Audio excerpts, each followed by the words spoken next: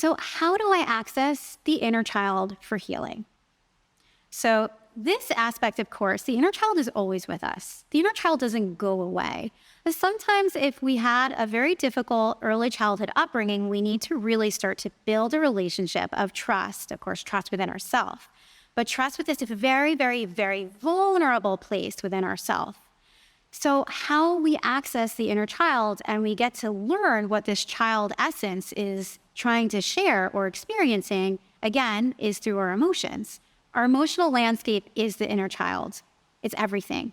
How we are feeling, if we can connect and be in touch with our emotions, is the first way that we connect with the child essence.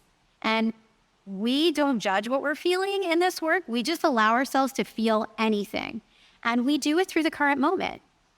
How you're feeling right now. What's triggering you right now? Do you feel joy right now? Because it's not just about the heavy emotions. It's about what brings you passion, what invigorates you, what makes you feel that joy, what brings you life. Because the inner child, when it's healthy and balanced, is life force energy.